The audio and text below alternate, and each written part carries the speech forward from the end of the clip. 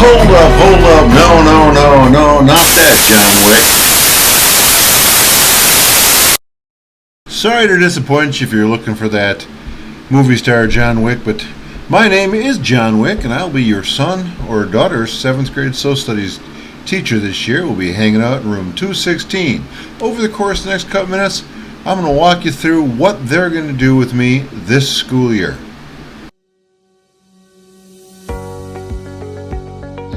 You know it, you love it, you can't live without it. We start off the school year looking at money. The kids are going to take a look at ways in which to make their money grow. Now, many of us have grown up with the banks and interest rates, so we'll take a look at simple interest and compound interest that a bank will give us. We'll also look at a term called liquid, which means you can take money in and out of the bank whenever you want to.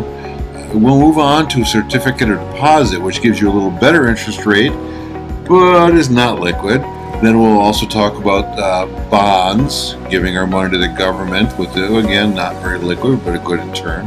I'll tell a long story about my Uncle Larry and the Great Depression and hiding money under the mattress and what that does. But this all leads to buying stock in companies. We're going to get the kids into a stock market year. We'll see how the stock market kind of works out. We're going to create a company. We're going to have them buy shares. Then the kids are going to get their money, not real money, mind you, monopoly money, and get a chance to create a portfolio. And throughout the course of the year, we're going to come back and see which one of our kiddos is the best investor and see who makes the most money as the 2021-22 school year goes along. So that will take us through September and into October to get us rolling. Finish up the first segment of economics, we jump into government and who rules. Who rules on a lot of different levels. We'll talk Shrek and, onions have layers. We'll look at East Troy. We'll look at Walworth County. We'll even look at the state of Wisconsin and maybe have this fellow right here, Cody Horlacher, former student of mine, who is also a state representative, talk about the lawmaking process in the state of Wisconsin.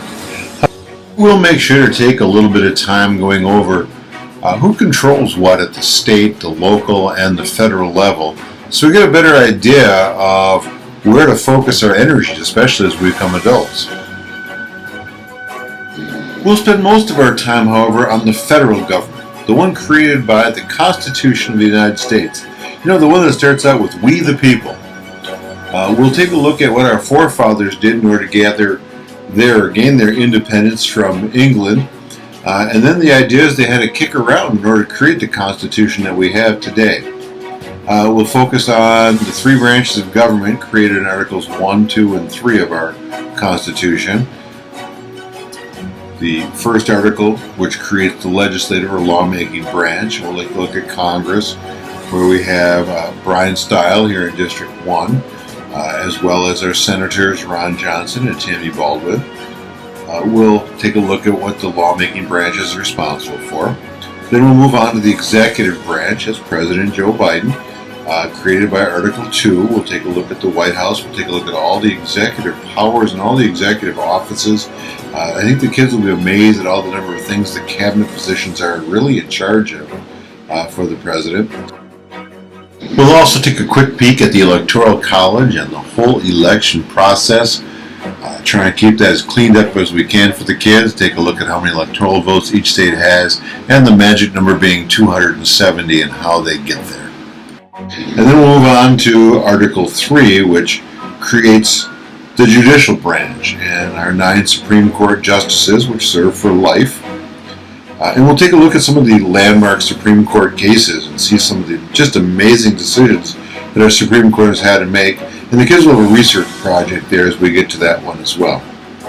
After we wrap up the 3 articles and the powers of the branches, we'll continue on with the Constitution and we'll look at the amendments, the Bill of Rights. Those much talked about first 10 amendments, freedom of speech, press, assembly, religion, the right to bear arms, police need a search warrant, all those things that go there in the individual rights given to American citizens in the first 10 amendments. We'll take a look at what our forefathers meant when they put them in, how they've changed over the years, and how we interpret them today. and how we're still continuing to interpret them today, which is some pretty amazing stuff and some great conversations in class. After we get to the first 10 amendments, we'll carry on amendments 11 through 27, and that will generally wrap up the government portion of the year, right, hopefully, knock on wood, somewhere around February. We'll then turn it right back around and get into economics to wrap things up the year. As we get back into economics, we're going to look at some basic supply and demand. What causes prices to rise and fall? Is it economic policies? Is it supply and demand? Well, we'll have that discussion. We'll see how it works. Kids are going to make supply and demand curves, which really is what college level courses do, is they start to make their supply and demand curves and look for equilibriums. Our kids are going to do some of that. Then we'll turn it around after supply and demand and opportunity cost, and we will start looking at credit and our uses of credit. What are the good uses of credit, the bad uses of credit? What am I going to do with that credit card once I have one? Should I get a credit card? How do credit card companies suck me in to get me to use the credit? And we'll take a look at what I call the payback trap. If you only pay back the minimum amount on your credit card, how long it takes you and how much money you end up giving those companies that give out the credit cards. So we'll take a look at that, as well as mortgages and things and car loans. We'll also then turn around and have a small debate on raising the minimum wage. Should we or shouldn't we? When I started this years ago, it was, oh my God, are they going to raise the minimum wage up to $8? Then it was at $10.10, and now they're talking $15. What are the ramifications, good or bad? And I don't care which way you feel. What are the good or bad? We'll do some research and let the kids have a discussion on that. Once we finish on minimum wage, we come around to the last part of the year, which I call life economics. In life economics, the kids are going to get a job, get a salary, get a monthly paycheck. I realize most jobs pay every 2 weeks. We're going to go a monthly salary. And they're going to take that monthly salary, they're going to find a place to live, either renting or buying. We'll discuss what are the pros and cons of renting versus buying. Then we'll talk about transportation, a new car versus a used car, versus some kids go for motorcycles. Some kids want to get a bicycle here in Wisconsin. I say, yeah, wintertime might be a little hard. Then after they get a place to live, they get their transportation, they got to pay for groceries, if they want their cell phone. We talk insurance and the cost of insurance and the different types of insurance. It goes on, hopefully, all the bills that moms and dads, grandmas and grandpas, aunts, uncles, everyone's got to pay. And they start to find out what it costs to live to be an adult. Like I say, I call that my life economics. And these all match in on standards in the state of Wisconsin.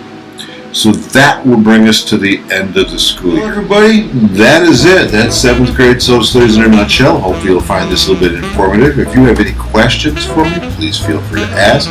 If you have an area of expertise in anything that we've talked about, contact me. I'd love to have a guest speaker as long as we're able to have them, and let it roll from there.